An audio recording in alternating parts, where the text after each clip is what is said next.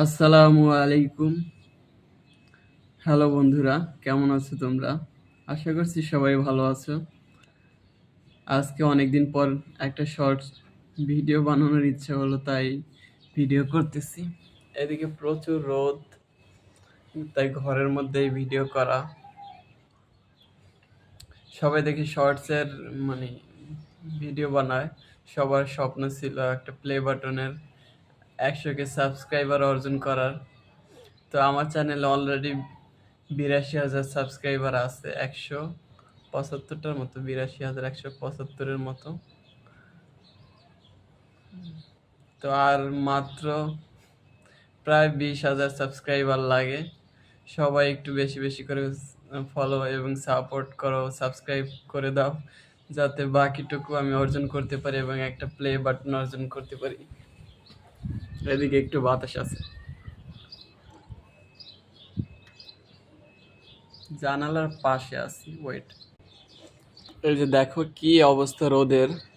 জুমার নামাজ পড়ে আসছি সেই 2টার দিকে, এখন বাজে 3টা 54 বা 4টা। রোদের তীব্রতা দেখো জাস্ট। দোতলায় আছি।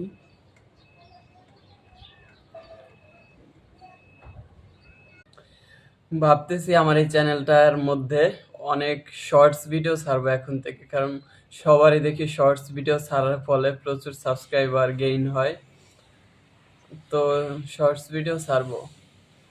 তোমরা যারা যারা আমার সাবস্ক্রাইবার আছো এবং অলরেডি আমার চ্যানেলটা সাবস্ক্রাইব করে রাখছো, তারা একটু আমাকে অ্যাডভাইস দাও, শর্টস ভিডিও ছাড়া ঠিক হবে কিনা, নাকি লং ভিডিও ছাড়বো। কারণ আমার চ্যানেলে অনেকটা গ্যাপ পড়ে গেছে, কারণ দীর্ঘ সময় যাবত আমি কোনো ভিডিও আপলোড করি না।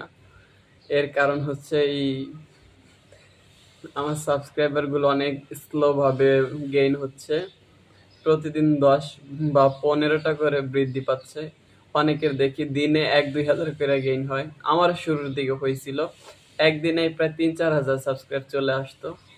তারপরে মাঝখানে যেন গ্যাপ পড়ে যাওয়ার কারণে এবং কিছু ভিডিও ডিলিট করার কারণে আমার সাবস্ক্রাইবারও কমে গেছে এবং ভিডিও মানে চ্যানেলটাও ডাউন হয়ে গেছে।